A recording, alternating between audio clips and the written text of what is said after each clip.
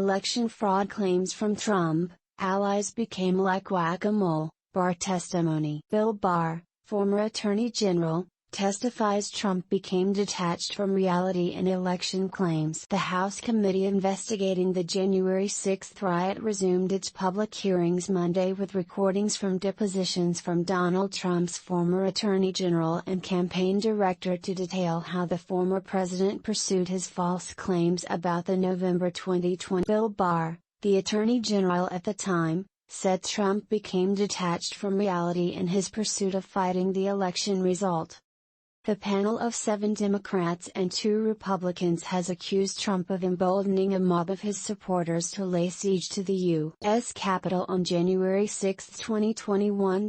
Committee Chair Benny Thompson, a Democrat from Mississippi, opened the nearly 3-hour hearing saying Trump betrayed the trust of the American people and tried to remain in office when people had voted him out. The first group of witnesses was supposed to include former Trump campaign manager Bill Stepien appearing in person. But Stepien was a last-minute pullout due to a family emergency, pushing back the start time of the hearing 45 minutes. Trump went in a different direction. The committee played portions of a recorded interview with Stepien conducted in February.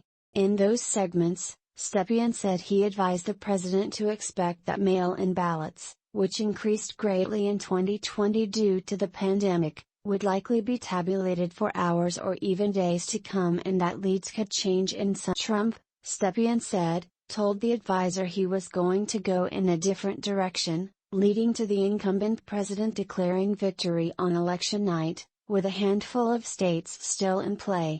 The committee also heard from Chris Stirwalt, a former Fox News political editor. Stirwalt said Fox went to great pains to inform viewers that leads might change because Democratic voters, recent electoral history had shown, tended to favor mail-in balloting more than Republicans. He also explained the process of his network declaring Arizona as being won by Joe Biden.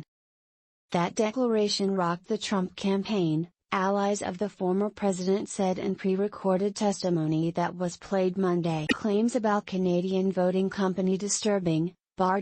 Despite the Arizona declaration, however, Fox broadcast several claims of electoral fraud by Trump surrogates, including lawyer Rudy Giuliani, in the weeks after re-election. Stepien said in his recorded deposition that as Trump continued his election protestations, a distinction grew between Team Normal and Rudy's team. Giuliani, Sidney Powell and other allies of the president shared wild allegations of voting fraud, some involving foreign entities, as well as legal strategies to help Trump. What they were proposing I thought was nuts, said White House lawyer Eric Kirschman in a recorded deposition. The session early Monday also included more details from a recent deposition conducted with Barr, who was perceived to have stood by Trump when investigations about his 2016 campaign played out. Barr parted company with Trump in mid-December 2020, but not before telling the Associated Press there was no evidence of fraud widespread enough to overturn the previous month's election result,